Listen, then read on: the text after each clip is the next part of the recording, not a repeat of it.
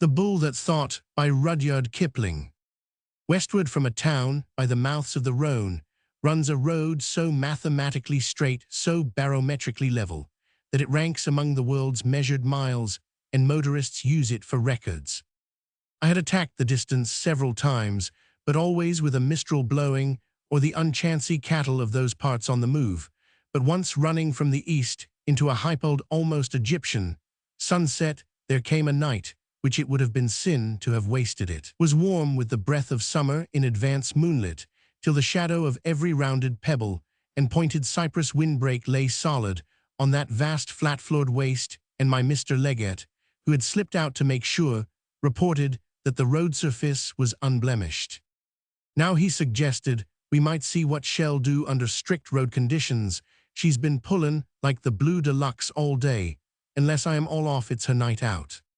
We arranged the trial for after dinner 30 kilometers, as near as might be, and 22 of them, without even a level crossing.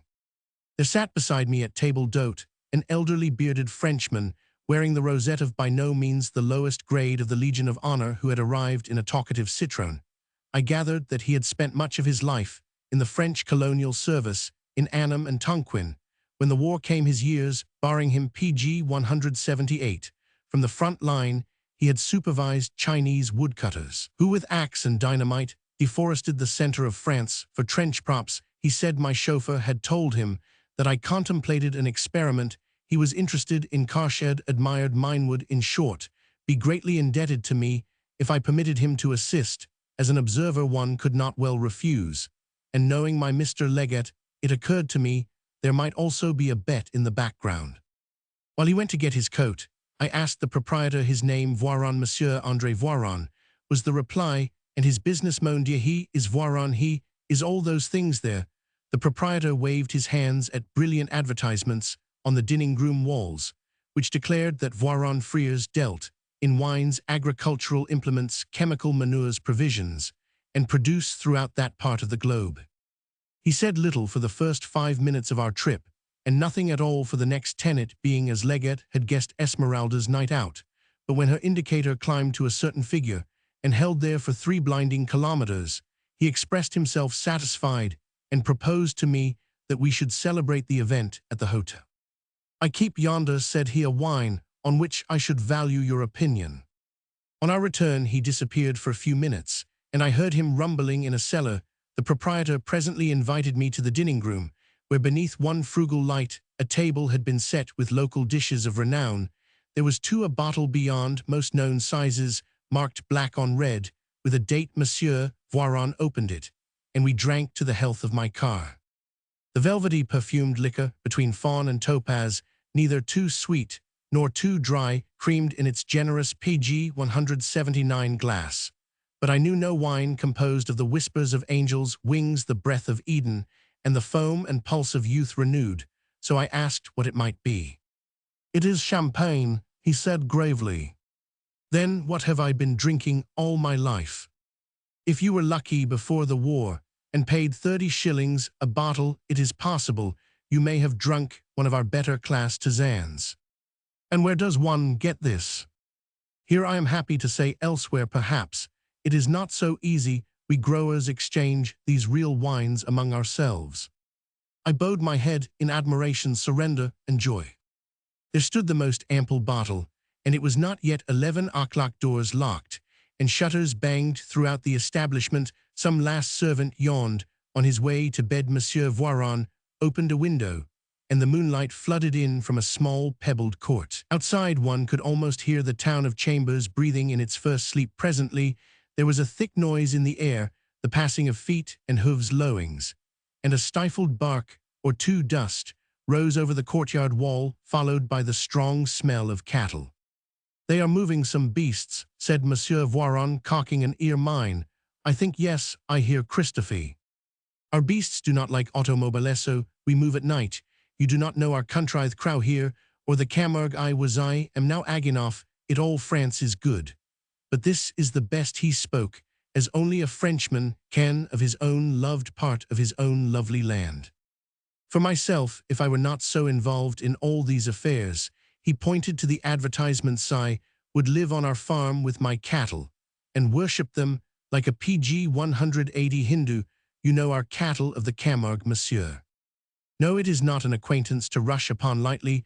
There are no beasts like them. They have a mentality superior to that of others. They graze, and they ruminate by choice facing our mistral, which is more than some automobiles will do. Also they have in them the potentiality of thought, and when cattle think I have seen what arrives.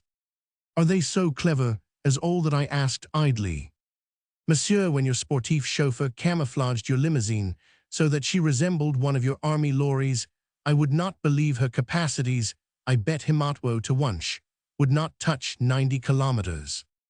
It was proved that she could. I can give you no proof, but will you believe me if I tell you what a beast who thinks can achieve? After the war said, I spaciously everything is credible. That is true, everything inconceivable has happened, but still we learn nothing and we believe nothing. When I was a child in my father's house before, I became a colonial administrator. Me interest and my affection were among our cattle. We of the old rock live here. Have you seen in big farms like castles? Indeed, some of them may have been Saracenic, the barns group round them, great white-walled barns and yards solid. As our houses one gate shuts, all it is a world apart in administration of all that concerns beasts. It was there I learned something about cattle. You see, they are our playthings in the Camargue and the crow. The boy measures his strength against the calf that butts him in play among the manure heaps. He moves in and out among the cows, who are not so amiable. He rides with the herdsmen in the open to shift the herds sooner. PG 181. Later he meets as bulls the little calves that knocked him over. So it was with metal it became necessary that I should go to our colonies. He laughed. Very necessary. That is a good time in youth, monsieur, when one does these things which shock our parents. Why is it always papa who is so shocked and has never heard of such things, and mamma who supplies the excuses? And when my brother me elder who stayed and created the business begged me to return and help him, I resigned my colonial career gladly enough. I returned to our own lands and my well-loved wicked white and yellow cattle of the Camargue and the crow. My faith, I could talk of them all night, for this stuff unlocks the heart without making repentance in the morning. Yes, it was after the war that this happened. There was a calf among heaven knows how many of our bull calf, an infant indistinguishable from his companions. He was sick, and he had been taken up with his mother into the big farmyard at home with us. Naturally, the children of our herdsmen practiced on him. From the first it is in their blood. The Spaniards make a cult of bullfighting. Our little devils down here bait bulls as automatically as the English child kicks or throws balls. This calf would chase them with his eyes open like a cow. When she hunts a man, they would take refuge behind our tractors and winecarts in the center of the yard. He would chase them in and out. As a dog hunts rats, more than that, he would study their psychology, his eyes in their eyes. Yes, he watched their faces to divine which way they would run. He himself also would pretend sometimes to charge directly at a boy. Then he would wheel right or left and could never tell, and knock over some child pressed against a wall who thought himself safe. After this, he would PG 182 stand over him, knowing that his companions must come to his aid. And when they were all together, waving their jackets across his eyes and pulling his tail, he would scatter them. How he would scatter them! He could kick two sideways like a cow. He knew his ranges as well as our gunners, and he was as quick on his feet as our carpenter. I observed him often. Christopher, the man who passed just now, our chief herdsman, who had taught me to ride with our beasts. When I was 10, Christopher told me that he was descended from a yellow cow of those days that had chased us once into the marshes. He kicks just like her, said Christopher. He can sidekick as he jumps. Have you seen too that he is not deceived by the jacket? When a boy waves it, he uses it to find the boy. They think they are feeling him. He is feeling them always. He thinks that one. I had come to the same conclusion. Yes, the creature was a thinker along the lines necessary to his sport, and he was a humorist also, like so many natural murderers. One knows the type among beasts as well as among men. It possesses a curious, truculent mirth, almost indecent, but infallibly significant. Monsieur Voiron replenished our glasses with the great wine that went better at each descent. They kept him for some time in the yards to practice upon. Naturally, he became a little brutal, so Christopher turned him out to learn manners among his equals in the grazing lands, where the Camargue joins the crow. How old was He then about 8 or 9 months, I think. We met again a few months later, and Roman One Eye was riding one of our little half-wheeled horses along a road of the Crow when I found myself almost unseated. It was he.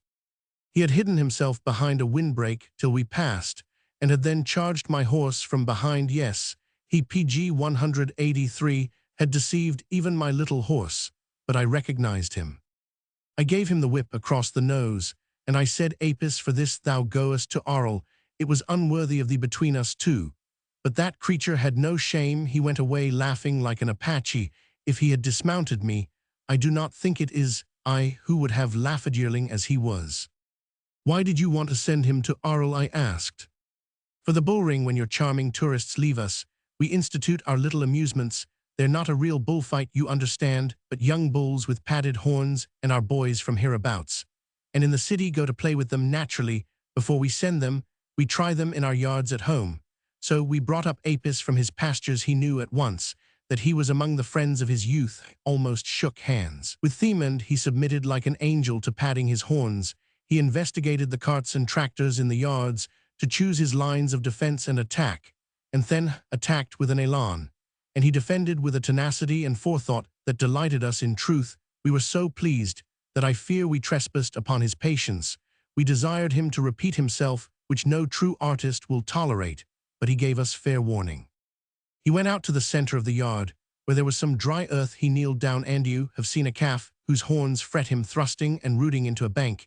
He did just that very deliberately, till he had rubbed the pads off his horns. Then he rose dancing on those wonderful feet that twinkled, and he said, Now, my friends, the buttons are off the foils. Who begins? We understood. We finished at once. He was turned out again on the pastures, till it should be time to amuse them at our little metropolis. But some PG 184 time before he went to Arles, I think I have it correctly, Christophe, who had been out on the Crow, informed me that Apis had assassinated a young bull who had given signs of developing into a rival. That happens, of course, and our herdsmen should prevent it. But Apis had killed in his own style at dusk, from the ambush of a windbreak bee, an oblique charge, from behind which knocked the other over. He had then disemboweled him. All very possible, but the murder accomplished, Apis went to the bank of a windbreak, knelt, and carefully, as he had in our yard, cleaned his horns in the earth. Christophe, who had never seen such a thing, at once borrowed, do you know, it is most efficacious, when taken that way, some holy water from our little chapel in those pastures, sprinkled Apis, whom it did not affect, and rode in to tell me it was obvious that a thinker of that bull's type would also be meticulous in his toilette. So when he was sent to Arles, I warned our consignees to exercise caution with him. Happily, the change of scene, the music, the general attention, and the meeting again with old friend Saul, our bad boys, attended agreeably distracted him. He became for the time a pure farceur again, but his wheelings, his rushes, his wrath-huntings were more superb than ever there was in them now. You understand, a breadth of technique that comes of reasoned art, and above all the passion that arrives after experience. Oh, he had learned out there on the Crow. At the end of his little turn, he was, according to local rules, to be handled in all respects, except for the sword, which was a stick, as a professional bull who must die. He was maneuvered into, or he posed himself in the proper attitude, made his rush, received the point on his shoulder, and then turned about, and cantered toward the door by which he had entered the arena. He said, PG 185, to the world, my friends, the representation is ended. I thank you for your applause. I go to repose myself, but are our legions who are not so clever as some demanded an encore, and Apis was headed back again. We others from his country, we knew what would happen. He went to the center of the ring, kneeled, and slowly, with full parade, plunged his horns alternately in the dirt, till the pads came off. Christophe shouts, leave him alone, you straight-nosed imbeciles, leave him before you must. But they required emotion, for Rome has always debauched her loved provincia with bread and circuses. It was given. Have you, monsieur, ever seen a servant with pan and broom sweeping round the baseboard of a room in a half-minute? Apis has them all swept out, and over the barrier. Then he demands once more that the door shall be opened to him. It is opened, and he retires as though which truly is the case loaded with laurels. Monsieur Voiron refilled the glasses and allowed himself a cigarette, which he puffed for some time. And afterwards I said, I am arranging it in my mind. It is difficult to do it. Justice afterwards sighs afterwards Apis returned to his pastures and his mistresses, and I to my business. I am no longer a scandalous old sportif, in shirt-sleeves howling encouragement to the yellow son of a cow. I revert to Voiron Frères chemical manures, etc. And next year through some chicane, which I have not the leisure to unravel, and also thanks to our patriarchal system of paying our older men out of the increase of the herds old. Christophe possesses himself of Apis, oh yes. He proves it through descent from a certain cow that my father had given his father before the Republic. Beware, monsieur, of the memory of the PG 186 illiterate man. An ancestor of Christophe had been a soldier under our Soult against your Beresford near Bayonne. He fell into the hands of Spanish guerrillas. Christophe and his wife used to tell me the details on certain saints' days when I was a child, now as compared with our recent War-Soult's campaign and retreat across the Bidassoa. But did you allow Christophe just to annex the bull? I demanded. You do not know Christophe. He had sold him to the Spaniards. Before he informed me, the Spaniards pay in kinderos of very pure silver. Our peasants mistrust our paper. You know the saying, 1,000 francs paper, 800 metal. And the cow is yours. Yes, Christophe sold Apis, who was then 2.5 years old, and to Christophe's knowledge thrice, at least, an assassin. How was that? I said. Oh, his own kind only, and always Christophe told me, by the same oblique rush, from behind the same sideways overthrow, and the same swift disembowelment, followed by this Levitical cleaning of the horns in human life, he would have kept a manicurist's minotaur. And so Apis disappears from our country. That does not trouble me. I know in due time I shall be advised. Why? Because in this land, monsieur, not a hoof moves between Bear and the Saints Mary's without the knowledge of specialists, such as Christophe. The beasts are the substance and the drama of their lives to them. So when Christophe tells me a little before Easter Sunday that Apis makes his debut in the bullring of a small Catalan town on the road to Barcelona, it is only to pack my car and trundle there across the frontier with him. The place lacked importance and manufactures PG 187, but it had produced a matador of some reputation who was condescending to show his art in his native town. They were even running one special train to the place. Now our French railway system is only execrable, but the Spanish. You went down by road, didn't you? Said Roman one. Naturally, it was not too good. Villemarty was the matador's name. He proposed to kill 2 bulls for the honor of his birthplace. Apis, Christophe told me, would be his second. It was an interesting trip, and that little city by the sea was ravishing. Their bullring dates from the middle of the 17th century. It is full of feeling. The ceremonial tuan, the horsemen enter and ask the mayor in his box to throw down the keys of the bullring. That was exquisitely conceived. You know, if the keys are caught in the horseman's hat, it is considered a good omen. They were perfectly caught. Our seats were in the front row beside the gates where the bulls enter, so we saw everything. Villemarty's first bull was not too badly killed. The second matador, whose name escapes me, killed his without distinction, a foil to Villemarty, and the third, Kisto, a laborious middle-aged professional who had never risen beyond a certain dull competence, was equally of the background. Oh, they are as jealous as the girls of the Comédie Francaise. These matadors. Villemarty's troop stood ready for his second bull. The gates opened, and we saw Apis, beautifully balanced on his feet, peer coquettishly round the corner, as though he were at home. A picador, a mounted man, with the long lancegode, stood near the barrier on his right. He had not even troubled to turn his horse, for the capadors, the men with the cloaks, were advancing to play a pisto. Feel his psychology and intentions according PG 188 to the rules that are made for bulls who do not think. I did not realize the murder before it was accomplished. The wheel, the rush, the oblique charge from behind, the fall of horse and man were simultaneous. Apis leaped the horse with whom he had no quarrel and alighted all 4 feet together. It was enough between the man's shoulders, changed his beautiful feet on the carcass, and was away, pretending to fall nearly on his nose Do you follow me? In that instant, by that stumble, he produced the impression that his adorable assassination was a mere bestial blunder. Then, monsieur, I began to comprehend that it was an artist we had to deal with. He did not stand over the body to draw the rest of the troupe.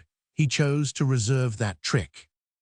He let the attendants bear out the dead, and went on to amuse himself among the capadores. Now, to Apis trained among our children in the yards, the cloak was simply a guide to the boy behind it. He pursued, you understand, the person, not the propagande proprietor, not the journal. If a third of our electors of France were as wise, my friend. But it was done leisurely with humor and a touch of truculence. He romped after one man's cloak, as a clumsy dog might do, but I observed that he kept the man on his terrible left side. Christophe whispered to me, wait for his mother's kick. When he has made the fellow confident, it will arrive. It arrived in the middle of a gamble. My God, he lashed out in the air. As he frisked, the man dropped like a sack, lifted one hand a little towards his head, and that was also, you see, a body was again at his disposition. A second time, the cloaks ran up to draw him off, but a second time Apis refused his grand scene. A second time he acted that his murder was accident, and he convinced his audience it was as PG 189, though he had knocked over a bridge gate in the marshes. By mistake, unbelievable, I saw it. The memory sent Monsieur Voiron again to the champagne, and I accompanied him. But Apis was not the sole artist present. They say Villemardy comes of a family of actors. I saw him regard Apis with a new eye. He too began to understand. He took his cloak and moved out to play him before they should bring on another picador. He had his reputation. Perhaps Apis knew it, perhaps Villemardy reminded him of some boy with whom he had practiced at home. At any rate, Apis permitted it up to a certain point, but he did not allow Villemardy the stage. He cramped him throughout. He dived and plunged clumsily and slowly, but always with menace, and always closing in.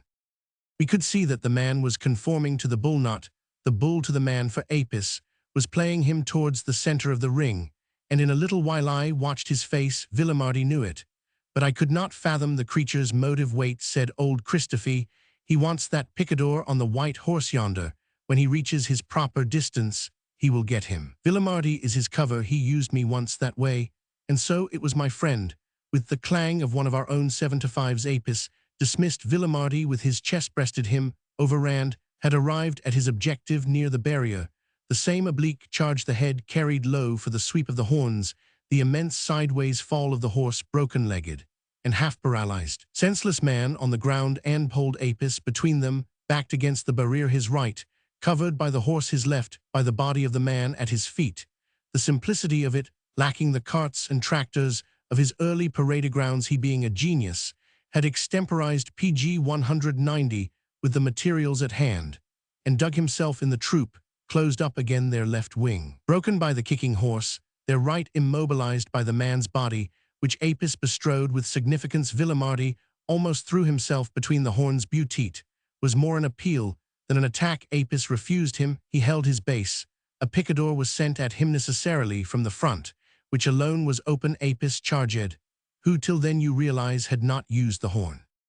The horse went over backwards, the man half beneath him. Apis halted, hooked him under the heart, and threw him to the barrier. We heard his head crack, but he was dead before he hit the wood. There was no demonstration from the audience. They also had begun to realize this flock among bulls. The arena occupied itself again, with the dead. Two of the troop irresolutely tried to play him, God knows in what hope, but he moved out to the center of the ring. Look, said Christophe, now he goes to clean himself. That always frightened me. He knelt down. He began to clean his horns. The earth was hard. He worried at it in an ecstasy of absorption.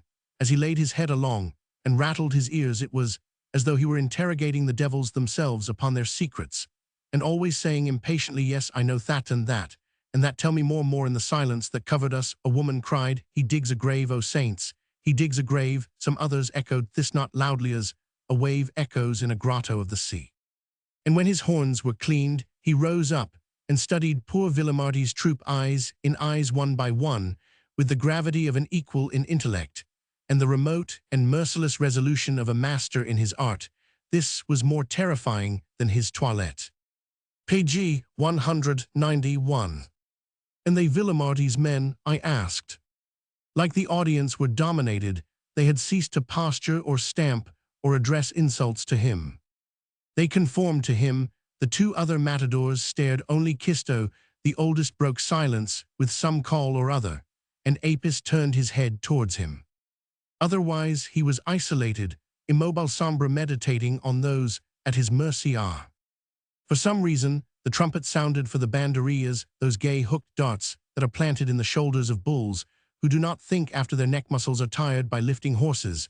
When such bulls feel the pain, they check for an instant, and in that instant the men step gracefully aside. Villamarti's banderillero answered the trumpet mechanically like one condemned. He stood out, poised the darts, and stammered the usual patter of invitation, and after I do not assert that Apis shrugged his shoulders, but he reduced the episode to its lowest elements, as could only a bull of Gaul. With his truculence was mingled, always owing to the shortness of his tail, a certain Rabelaisian abandon, especially when viewed from the rear. Christophe had often commented upon it. Now Apis brought that quality into play. He circulated round that boy, forcing him to break up his beautiful poses. He studied him from various angles. Like an incompetent photographer, he presented to him every portion of his anatomy except his shoulders. At intervals he feigned to run in upon him. My God, he was cruel, but his motive was obvious. He was playing for a laugh from the spectators, which should synchronize with the fracture of the human morale. It was achieved. The boy turned and ran towards the barrier. Apis was on him before the laugh ceased. Past him, PG 192, headed him, what do I say, herded him off to the left, his horns beside, and a little in front of his chest. He did not intend him to escape into a refuge. Some of the troop would have closed in, but Villamarti cried, if he wants him, he will take him. Stand they stood. Whether the boy slipped or Apis nosed him over I could not see, but he dropped sobbing. Apis halted like a car with four brakes, struck a pose, smelt him very completely, and turned away. It was dismissal more ignominious than degradation at the head of one's battalion. The representation was finished. Remained only for Apis to clear his stage of the subordinate characters. His gesture then, he gave a dramatic start. Thighs Serrano of the Camarguias, though he was aware of them for the first time, he moved. All their beautiful breeches twinkled for an instant along the top of the barrier. He held the stage alone, but Christophe and I, we trembled, for observe, he had now involved himself in a stupendous drama of which he only could supply the third act, and except for an audience on the razor edge of emotion, he had exhausted his material. Molière himself, we have forgotten, my friend, to drink to the health of that great soul, might have been at a loss. And tragedy is but a step behind failure. We could see the 4 or 5 civil guards, who are sent always to keep order, fingering the breeches of their rifles. They were but waiting a word from the mayor to fire on him, as they do sometimes at a bull who leaps the barrier among the spectators. They would of course have killed or wounded several people, but that would not have saved Apis. Monsieur Voiron drowned the thought at once and wiped his beard. At that moment, Fateth, genius of France, if you PG 193 Wilsont to assist in the incomparable finale, none other than Kisto the eldest, and I should have said, but never again will I judge the least inspired of all mediocrity itself, but at heartand, it is the heart that conquers always, my friend. At heart an artist, he descended stiffly into the arena alone, and assured Apis, regarded him, his eyes in his eyes. The man took stance with his cloak, and called to the bull, as to an equal, now Senor, we will show these honorable caballeros something together. He advanced thus against this thinker, who at a plunge, a kick, a thrust could, we all knew, have extinguished him. My dear friend, I wish I could convey to you something of the unaffected bonhomie, the humor, the delicacy, the consideration bordering on respect, even with which Apis, the supreme artist, responded to this invitation. It was the master wearied. After a strenuous hour in the atelier, unbuttoned, and at ease with some not inexpert but limited disciple, the telepathy was instantaneous between them. And for good reason. Christophe said to me, all's well, that Kisto began among the bulls. I was sure of it when I heard him call, just now, he has been a herdsman. Hell, pull it off. There was a little feeling and adjustment at first, for mutual distances and allowances. Oh yes, and here occurred a gross impertinence of Villamarti. He had, after an interval, followed Custodo, retrieve his reputation. My faith, I can conceive the elder Dumas slamming his door on an intruder precisely as Apis Roman 999, he raced Villemardi into the nearest refuge. At once, he stamped his feet outside it. And he snorted, "Go, I am engaged with an artist Villemardi, Wenthai's reputation left behind forever." Apis returned to Kisto, saying, "Forgive the interruption. I'm not always master of my time, but you PG 194 were about to observe, my dear confrere." Then the play began. Out of compliment to Kisto, Apis chose, as his objective, every bull varies in this respect, the inner edge of the cloak that nearest to the man's body.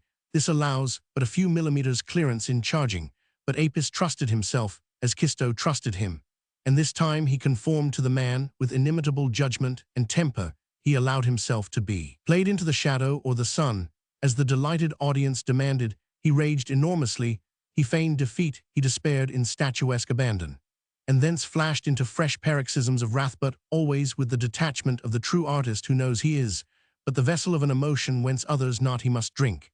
And never once did he forget that honest Kisto's cloak was to him the gauge by which to spare even a hair on the skin. He inspired Kisto too, my God. His youth returned to that meritorious beefsteak earth, desire, the grace, and the beauty of his early dreams. One could almost see that girl of the past for whom he was rising to these present heights of skill and daring. It was his hour too, a miraculous hour of dawn, returned to gild the sunset. All he knew was at Apis' disposition. Apis acknowledged it with all that he had learned at home at Arles, and in his lonely murders on our grazing grounds, he flowed round Kisto like a river of death round his knees, leaping at his shoulders, kicking just clear of one side or the other of his head, behind his back, hissing as he shaved by, and once or twice inimitable, reared wholly up before him, while Kisto slipped back from beneath the avalanche of that instructed body. Those two, my dear friend, held 5,000 people dumb with no sound, but of their breathings regular as pumps. It was unbearable. PG 195. Beast and man realized together that we needed a change of nodia détente. They relaxed to pure buffoonery. Kisto fell back and talked to him outrageously. Apis pretended he had never heard such language. The audience howled with delight. Kisto slapped him.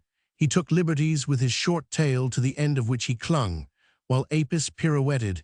He played about him in all postures. He had become the herdsman. Agingros, careless, brutal, but comprehending. Yet Apis was always the more consummate clown. All that time Christophe and I saw it. Apis drew off towards the gates of the Toral, where so many bulls enter. But have you ever heard of one that returned? We knew that Apis knew that as he had saved Kisto, so Kisto would save him. Life is sweet to us all, to the artist who lives many lives in one sweetest. Kisto did not fail him at the last, when none could laugh any longer. The man threw his cape across the bull's back, his arm round his neck. He flung up a hand at the gate, as Villemardi, young and commanding, but not a herdsman, might have raised it, and he cried, "Gentlemen, open to me and my honorable little donkey." They opened. I have misjudged Spaniards in my time. Those gates opened to the man and the bull together, and closed behind them. And then, from the mayor to the Garda Civil, they went mad for 5 minutes, till the trumpets blew, and the fifth bull rushed out, an unthinking black Andalusian. I suppose someone killed him, my friend, my very dear friend, to whom I have opened my heart. I confess that I did not watch Christophe, and we were weeping together like children of the same mother. Shall we drink to her? Page 196.